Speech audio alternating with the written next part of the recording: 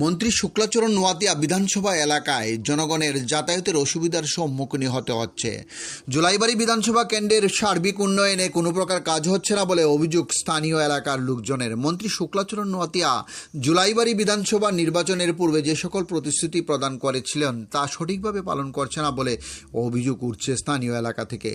লোকজনরা বামেদের কাজে অসন্তুষ্ট হয়ে আইপিএফটির প্রার্থী শুক্লাচরণ নোয়াতিয়াকে জয়যুক্ত করেন। আশা ছিল জুলাইবাড়ি বিধানসভা কেন্দ্রের সার্বিক উন্নয়ন, কিন্তু বাস্তবে তা উল্টো চিত্র লক্ষ্য করা যায়। জুলাইবাড়ি বিধানসভা কেন্দ্রের চরণপাই এলাকার লোকজনরা ব্রিজের ব্যবস্থা না থাকায় দীর্ঘ 7 বছর যাবৎ যাতায়াতের অসুবিধার সম্মুখীন হতে হচ্ছে।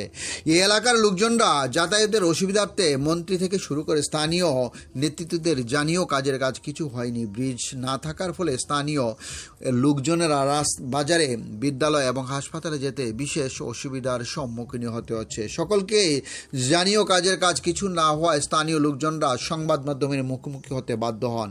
স্থানীয় লোকজনরা জানান, এই এলাকার ব্রিজের একপাশে পঞ্চায়েত এলাকা, অপর পাশে এডিসি এলাকা, তাই এই ব্রিজ নির্মাণের সকলেরই অহনিয়া প্রকাশ করেছে বলে অভিযোগ।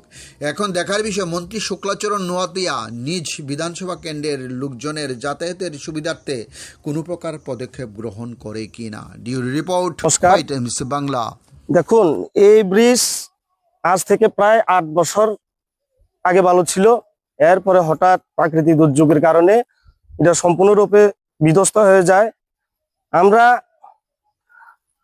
লোকালের নেতৃত্ব এবং দপ্তরের সাথে অনেকবার যোগাযোগ করেছি, কিন্তু তাদের কোনো হেলদোল নেই। বারবার জানানোর পরেও এটা মেরামতের কাজের জন্য কোনো উদ্যোগ নেওয়া হচ্ছে না এখন পর্যন্ত। এই পথ দিয়ে অনেক স্টুডেন্ট, সাধারণ শ্রমজীবী মানুষ, খেটে খাওয়া মানুষ এই পথ দিয়ে হাঁটাহুটা করে। ব্রিজ ভাঙার ফলে, এই কালভার্টটা ভাঙার ফলে তাদের আর আসা যাওয়া বা স্কুল স্টুডেন্টরা আসা যাওয়ার ক্ষেত্রে অনেক অসুবিধা হচ্ছে। আমরা সংশ্লিষ্ট দপ্তর থেকে আরম্ভ করে এবং আমাদের এই 38 জুলাইবাড়ি বিধানসভা কেন্দ্রের আমাদের মাননীয় মন্ত্রী শুক্লাচরণকে আমরা আপনাদের সংবাদ মাধ্যমে বিনীতভাবে অনুরোধ জানাচ্ছি যে অতি সত্বর, যত তাড়াতাড়ি সম্ভব এই ব্রিজটা, এই কালভার্টটা দ্রুত মেরামতি করে জনগণের স্বার্থে, উন্নয়নের স্বার্থে কাজ করার জন্য। সরকার বলছে সবকা সাথ সবকা বিকাশ, কিন্তু আমরা যে কাজগুলো দেখতেছি এই জলবায়ু বিধানসভা কেন্দ্রের অন্তর্গত তেমন কোনো কাজের দেখতেছি না। কিন্তু আমরা চাই যে সরকার যেভাবে প্রতিশ্রুতি দিয়েছিল সেই প্রতিশ্রুতিগুলি অক্ষরে অক্ষরে পালন করুক।